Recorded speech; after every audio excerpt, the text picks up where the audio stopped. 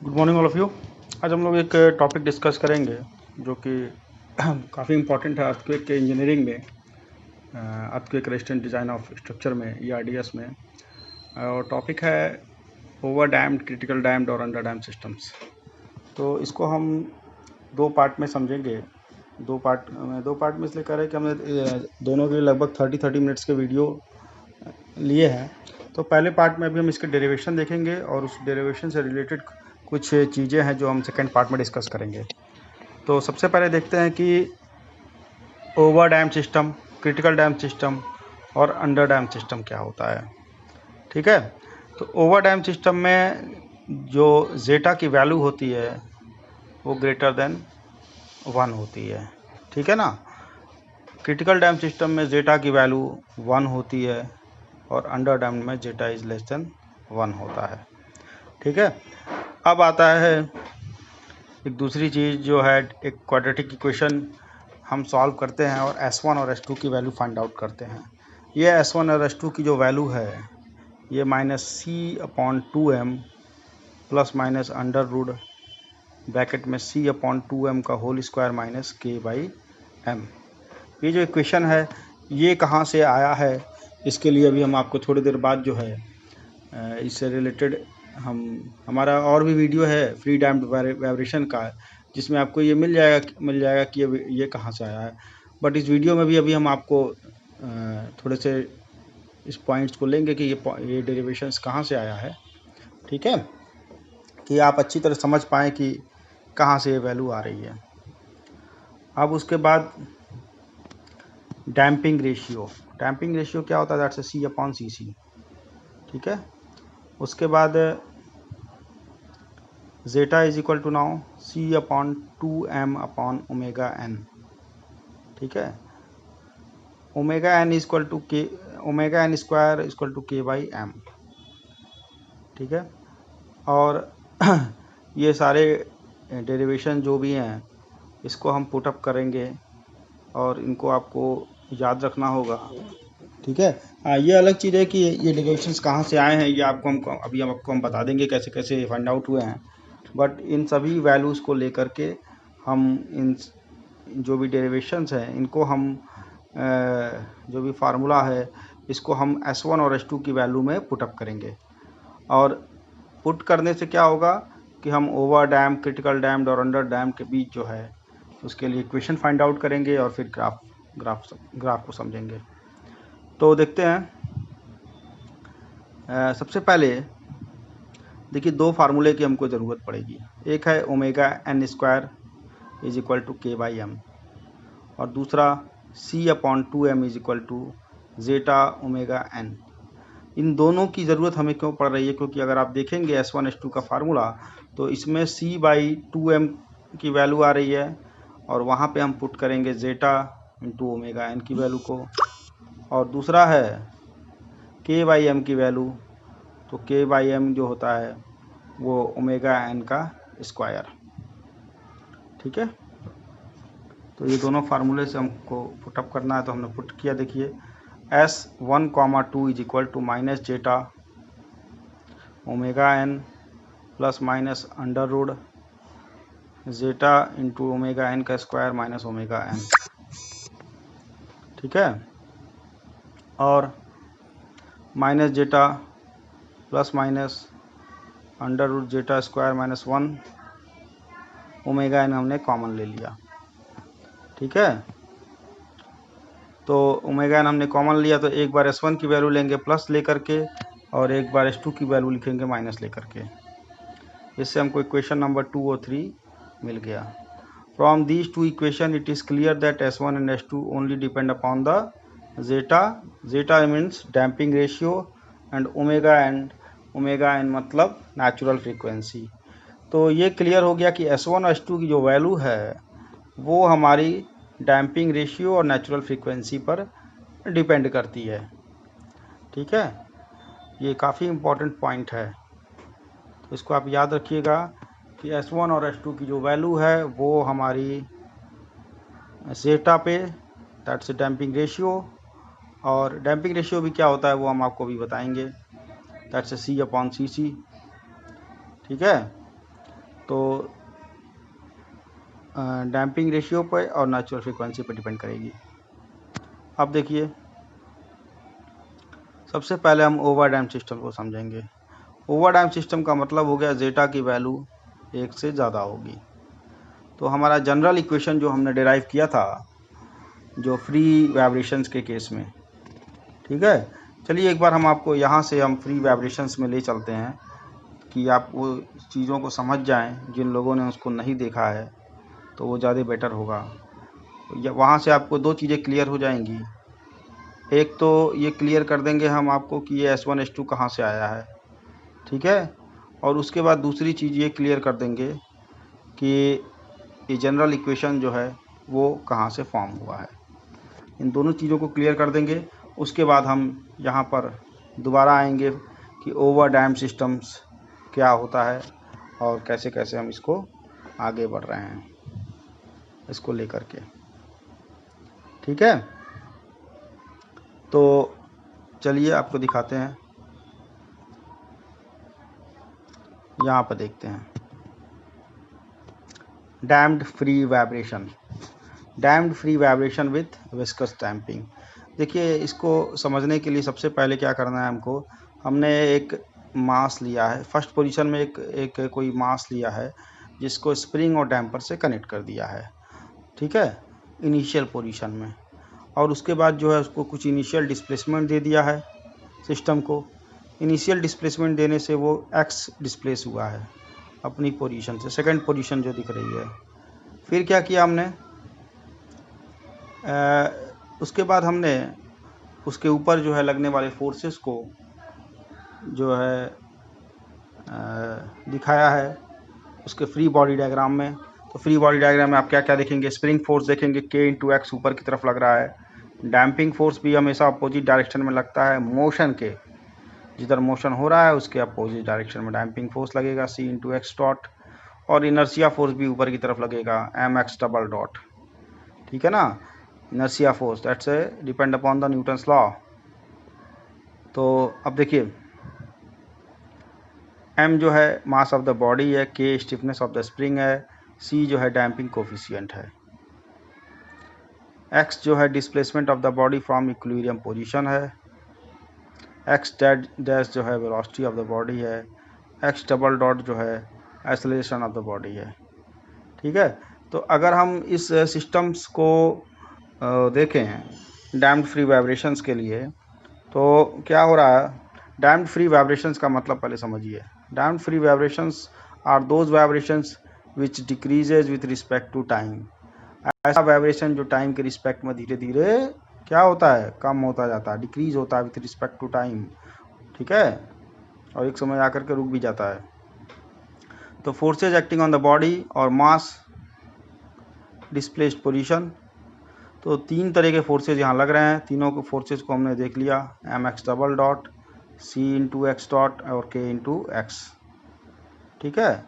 तीनों के लगने की वजह भी अलग अलग है। mx डॉट लगता है इनर्शिया फोर्स है, जो कि जब भी कोई एक्सटर्नल फोर्स लगाएंगे तो उसके अपोजिट में according to D-Alembert principle mx dot double dot लगेगा। C/X डॉट डैम्पिंग फोर्सेज है, C डैम्पिंग कोफिशिएंट है और x डॉट जो है वो वेलोसिटी है। एक एक चीज़ को मैं आपको क्लियर कर रहा हूँ, कहीं से कोई दिक्कत ना होने पाए आपको, ठीक है। और K/X जो है, K स्प्रिंग कांस्टेंट है, x जो है जो हमने इनिशियल डिस्प्लेसमेंट दिया था सिस्टम में वो है x। तो ये तीनों प्रकार के फोर्सेस को हमने ले लिया। अब हमने D-Alembert प्रिंसिपल लगा दिया। D-Alembert प्रिंसिपल क्या कहता है कि that's a summation of inertia force plus external force. Statement ध्यान से सुनिएगा, according to D-Alembert principle summation of inertia force plus external force is equal to now 0। तो इनर्शिया फोर्स क्या कहता है, mx double dot plus C/X dot plus K/X is equal to now 0। ये तीनों forces जो थे तीनों को हमने ले लिया और तीनों को ऐड करने के बाद क्या कर दिया, इज इक्वल टू नाउ 0 कर दिया, ठीक है। अगर हम इसको चाहें तो इस तरह से भी इक्वेशन को लिख सकते हैं कि md² x upon dt square plus C/dx upon dt plus K/x is equal to now 0, equation number A. यह इक्वेशन जो है लीनियर डिफरेंशियल इक्वेशन होगा सेकेंड ऑर्डर का, और इसका जो सॉल्यूशन होगा वो क्या होगा। अगर आपने मैथमेटिक्स पढ़ी है तो डिफरेंशियल इक्वेशंस में आपको ये पार्ट मिल जाएगा कि ये जो हम क्या कह रहे हैं कि इसका सॉल्यूशन जो होगा वो होगा x पर इक्वल टू ई पे power S T. Equation number B हमने दिखाया है, ठीक है। उसी प्रकार अगर इसको हम डिफ्रेंशिएट करेंगे तो x dot is equal to s e पे पावर एस टी हो जाएगा। दोबारा डिफ्रेंशिएट करेंगे विथ रिस्पेक्ट टू t तो x double dot is equal to s square e पे पावर एस टी हो जाएगा। और इन सभी वैल्यूज़ को हम पुट कर देंगे इक्वेशन नंबर ए में, ठीक है। तो ए में पुट करने से जो हमको इक्वेशन मिल जाएगा M S square plus C X plus K is equal to 0। Equation number C जिसको हम कह रहे हैं, ठीक है। और equation C is a called it as characteristics equation of the damped free vibration system. Equation C जो है उसी को हम बोलते हैं characteristics equation of the damped free vibration. और इसी का सॉल्यूशन जो है, जब आप सॉल्यूशन फाइंड आउट करेंगे किसी भी जो क्वाड्रेटिक इक्वेशंस का, ठीक है, तो आपको ये मिल जाएगा S1 की value minus C by 2m, दो वैल्यू आएगी। S,2 लिखा है वहाँ पे, ज़्यादा ध्यान दीजिएगा, हमने S1, 2 लिखा है, यानी कि S1 और S2 की वैल्यू आएगी। और वो S1 और S2 की जो वैल्यू आएगी वो आपको मिल जाएगी minus C upon 2m plus minus under root this now under root C upon 2m का whole square minus K by m का, ठीक है। अब देखिए इन्हीं वैल्यूज़ को पहला चीज़ आपका वो जो अभी हम सॉल्व कर रहे थे कि क्रिटिकल डैम्ड, अंडर डैम्ड और ओवर डैम्ड सिस्टम्स में S1 और S2 की वैल्यू कहाँ से आती है, तो ये वो वैल्यू है, ठीक है। ये वो वैल्यू है जिसकी ज़रूरत आपको लगेगी, ठीक है। अच्छा, कुछ लोगों को डाउट्स होगा कि जनरल इक्वेशंस क्या होता है, ठीक है। तो जनरल इक्वेशंस का मतलब क्या हुआ कि जनरल इक्वेशन जैसे x और s के बीच में, ठीक है ना। अगर आप देखें यहाँ पर, सॉरी जस्ट 1 मिनट, यहाँ पर देखिए जनरल इक्वेशंस का मतलब देखिए जैसे हमने S1 और S2 दो वैल्यू फाइंड आउट किया, लेकिन इस S1 और S2 का कोई भी संबंध x से कैसे है उसको स्टेबलाइज करने के लिए हमको जनरल इक्वेशंस की ज़रूरत पड़ती है, ठीक है ना। तो S1 और S2 एक कॉमन इक्वेशन में हम S1 S2 की वैल्यू और x की वैल्यू तीनों ही चीज़ों को दिखाते हैं by using the general equation. तो वही यहाँ पर हमने फॉर्म किया है general equation, that's called x is equal to a ई पे power S1t plus b e पे पावर S2t, ठीक है। तो ये हमने जनरल इक्वेशन बना दिया। अब सवाल ये है कि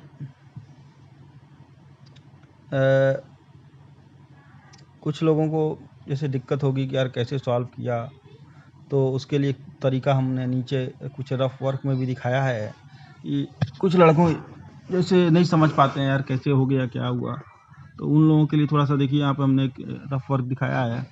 और रफ वर्क आप देखिए कैसे किया हमने। पहले हमने लिया mx डबल डॉट, मैंने इक्वेशन को यहाँ पर ले आया, देखिए ऊपर में ये वाला। अब हमने ये जो mx double dot C X dot plus K X दिख रहा है, यहाँ से इक्वेशन को दोबारा उठाया है। अब बीच के स्टेप्स आप छोड़ दीजिए पूरा, ठीक है। यहाँ से उठाइए, दूसरे वे में सॉल्व किया। कैसे? पूरे इक्वेशन को डिवाइड बाई m कर दीजिए, पूरे सिस्टम को x से डिवाइड कर दीजिए, ठीक है। तो जब डिवाइड करेंगे पूरे सिस्टम को x से तो क्या हो जाएगा, देखिए d square x plus d t square plus C by m d x upon d t plus के by M into x is equal to 0 now, ठीक है। ये हमारा इक्वेशन नंबर 1 बन गया। अब इस इक्वेशन नंबर 1 को हम D square x upon d t square को एक्स स्क्वायर लिख दिए, ठीक है। उसके बाद फिर सी बाई एम को हमने बी लिख दिया, ठीक है, और फिर D x upon d T को हमने एक्स लिख दिया, प्लस के बाई एम को हमने सी लिख दिया इंटू एक्स लिख दिया इज इक्वल टू 0 नाउ। अब ये फिर इक्वेशन जो है this is second order differential equation, और इसका सॉल्यूशन दैट्स हो जाएगा x बराबर e पे पावर एस टी।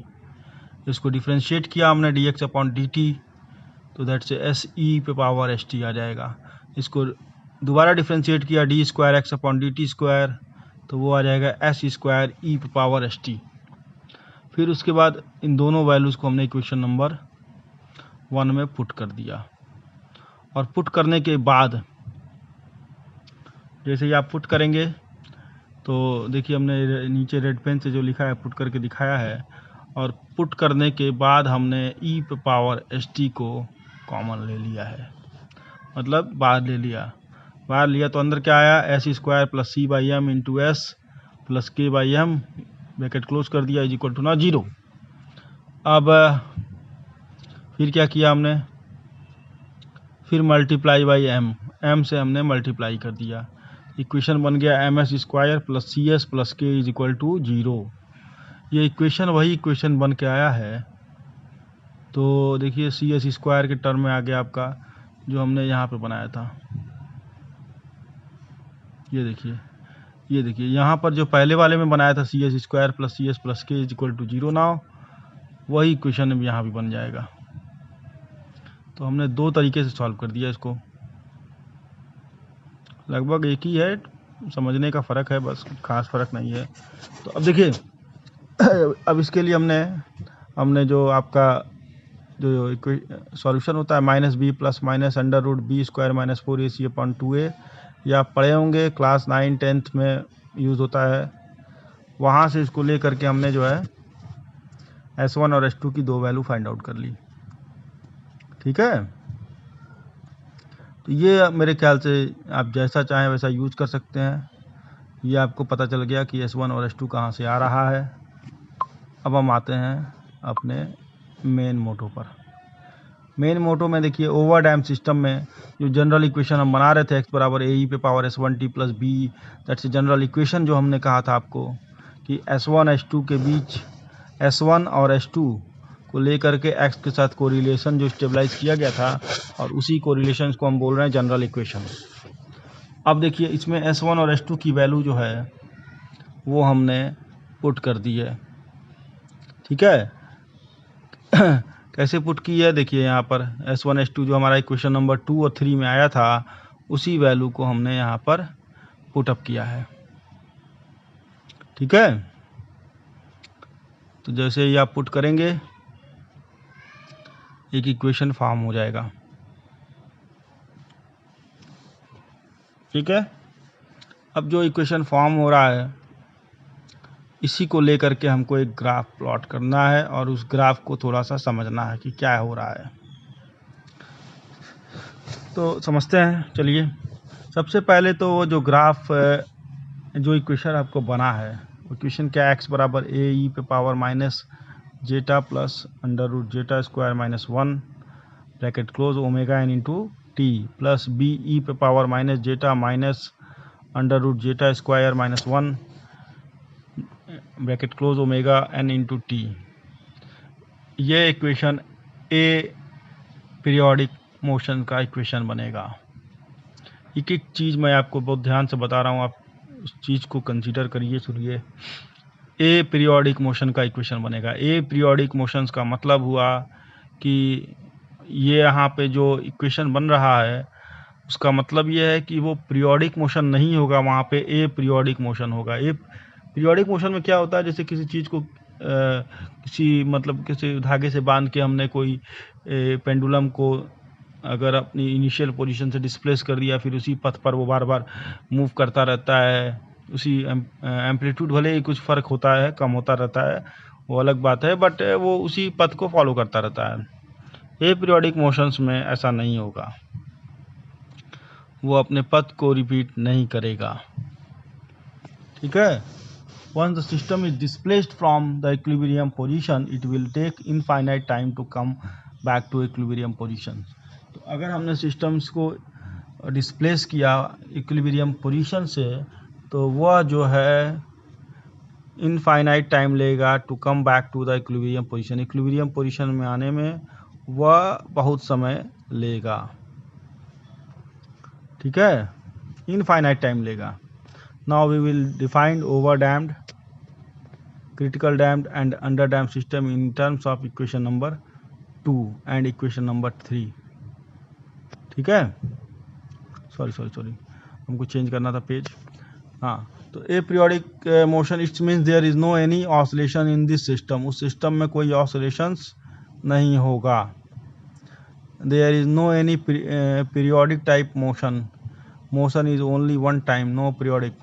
देखिए हमने एक एक्स एक्सिस लिया है और एक टाइम टी लिया है। उस पर क्या किया हमने, ये ग्रीन लाइन दिख रही है आपको, जिसे इनिशियल पोजीशन से जिसे डिस्प्लेस किया, यानी कि वो थोड़ा सा ऊपर गया ग्राफ और फिर नीचे आया। फिर वो देखिए जो टाइम लाइन है, दैट से हम उसको जीरो लाइन बोलते हैं, तो उस जीरो लाइन को टच नहीं कर रहा है, उसी के पैरेलल लगभग मूव करता जाएगा, ठीक है, सीधा एकदम up to the infinite time, ठीक है। इनफाइनाइट टाइम लेगा बट उसको टच नहीं करेगा। तो वही जो लाइन है, उसी लाइन को हम दिखाए हैं, दैट से ए ई पे power minus zeta plus under root zeta square minus 1 into omega N into t, और नीचे वाला जो है बी ई पे power minus zeta minus under root zeta square minus 1 bracket close है ओमेगा एन इंटू टी, ठीक है ना। तो ये पूरा ये बताता है हमको कि ये पूरा ग्राफ जो है डिस्प्लेसमेंट और टाइम के बीच ग्राफ है, और किस तरह हमने इनिशियल पोजीशन से डिस्प्लेस किया, इस इक्वेशंस को उसमें पुट कर दिया, ठीक है ना। तो ऊपर वाला पोर्शन जो है वो वन पार्ट शो करता है, दैट्स ए 1 ए ई पे power minus zeta plus under root zeta square minus 1 bracket close omega N into t, और नीचे वाला पार्ट जो है दूसरा पार्ट शो करता है, that's a called b e पे power b e bracket close minus zeta square minus 1 bracket close omega N into t, ठीक है ना। तो अब आता है क्रिटिकली डैम्प्ड सिस्टम के बारे में, जहाँ पर हमने जेटा इज इक्वल टू 1 पुट किया है। तो जो S1 और S2 की जो वैल्यू आई थी, उस वैल्यू में हम जेटा की वैल्यू को 1 पुट कर देंगे। तो जब हम S1 की वैल्यू आ जाएगी माइनस ओमेगा एन, जब हम 1 पुट करेंगे, और S2 की वैल्यू भी आ जाएगी माइनस ओमेगा एन। तो एज पर मैथमेटिक्स जब S1 S2 की दोनों की वैल्यू माइनस ओमेगा एन आएगी, when S1 S2 value are same, it means the differential equation is x is equal to a e पे power S1t plus b t e पे power S2t, ठीक है ना। ये बड़ा इंपॉर्टेंट पॉइंट है, आपको ध्यान रखना पड़ेगा कि अगर S1 और S2 की वैल्यू सेम आ जाए का मतलब माइनस ओमेगा एन, दोनों की वैल्यू अगर सेम आ जाए तो डिफरेंशियल इक्वेशंस जो होता है वो क्या होगा, x बराबर ए ई पे power S1t plus B T E पे पावर S2t हो जाएगा, ठीक है। अब ई पे power omega N into T जो है हमने बाहर ले लिया, तो क्या बचेगा, ए प्लस बी टी बचेगा, ठीक है। अब S1 की वैल्यू आप वहाँ पे पुट कर दीजिएगा ओमेगा एन, तो ई पे power omega N into T हम बाहर लिए हैं। जब आप S1 S2 पुट करेंगे, ठीक है, और उसके बाद इसको हमने कॉमन ले लिया है। अब देखिए इसी के लिए हमने ग्राफ प्लॉट किया है, ठीक है। ये ग्राफ क्या कहता है, इसको समझने की कोशिश करेंगे कि ये ग्राफ कैसे क्या कह रहा है। इन this types of damping, once the system is disturbed, it will move back rapidly close to its equilibrium position. In this in this types of damping, once the system is disturbed, it will move back rapidly to its equilibrium position.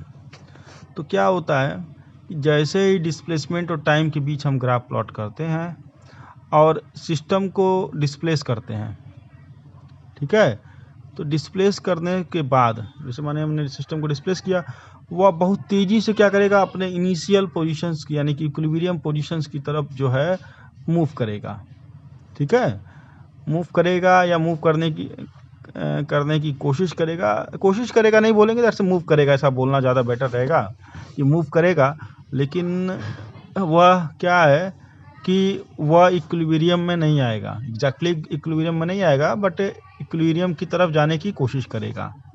तो आप देखिए जब हमने green line से यहाँ पे जो graph दिखाया है वह डिस्प्लेस हुआ है, इसे डिस्प्लेस किया हमने, ग्राफ ऊपर गया है और फिर अचानक तेज़ी से नीचे की तरफ आ रहा है, ठीक है, बट नीचे देखिए लिखा है हमने, this line is very close to zero, यानी कि जो हमारी टाइम की जो लाइन है दैट्स कॉल्ड जीरो लाइन, उसके काफ़ी क्लोज गया बट नॉट एग्जैक्टली ज़ीरो, ठीक है, हमने 0 सेकेंड 5 सेकेंड पे दिखाया है। तो पीक वैल्यू जो है हमारा शॉर्ट टाइम में गेन कर लेगा एंड देन तेज़ी से फॉल करेगा।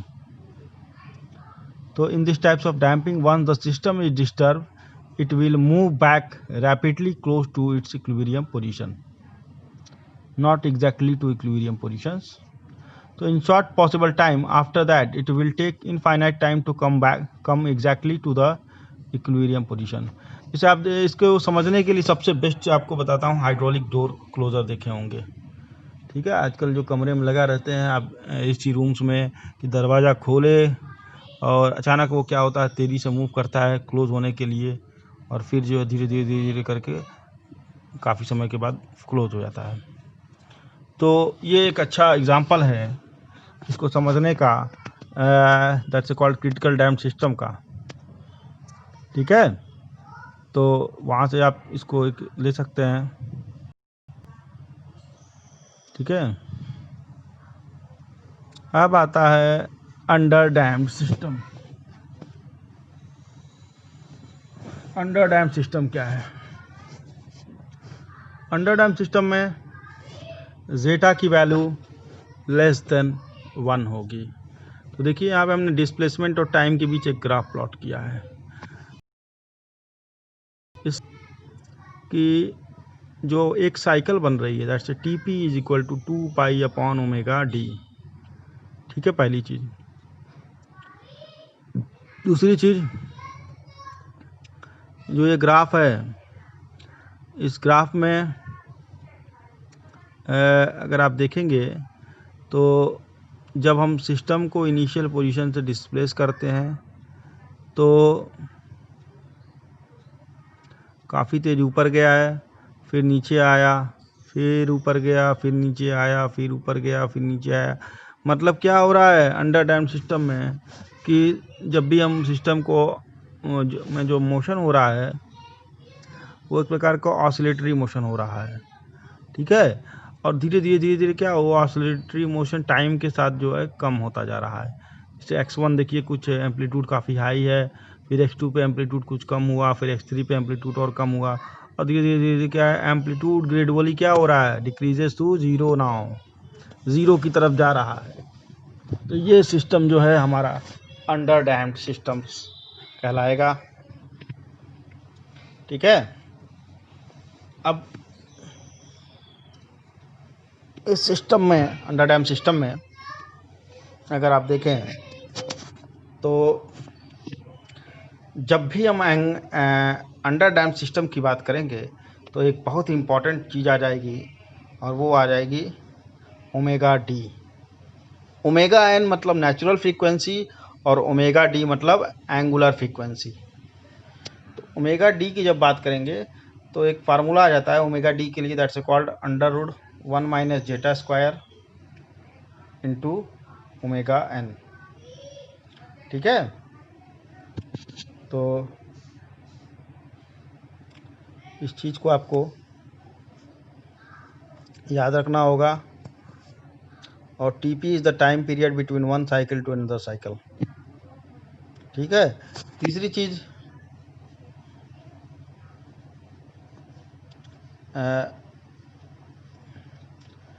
जब हम अंडर डैम्ड की बात करेंगे, दैट्स जेटा की वैल्यू लेस देन 1, तो लेस देन 1 का मतलब क्या हो जाएगा, वह हमेशा जो डैम्पेड सिस्टम होगा वो हमको वहाँ पे under root 1 minus zeta square की जो वैल्यू होगी वो निगेटिव हो जाएगी। हैंस जो रूट्स होंगे वो इमेजिनरी रूट्स फॉर्म होंगे। इमेजिनरी रूट्स आपने पढ़ा होगा कॉम्प्लेक्स नंबर में, तो वहाँ से S1 और S2 की जो वैल्यू आएगी minus zeta plus i under root 1 minus i square bracket close omega n के। S2 is equal to minus zeta minus i under root 1 minus zeta square into omega n के। ठीक है। अब यहाँ पर जो हमारा जनरल इक्वेशन था उसी में हम इस वैल्यू को S1 S2 की वैल्यू जो इन टर्म्स ऑफ इमेजिनरी है उसको पुटअप करेंगे और उसको सिंप्लीफाई करेंगे। ठीक है। तो जब पुटअप करेंगे तो x के लिए एक इक्वेशन हमने बनाया है, देखिए यहाँ पर नीचे की तरफ।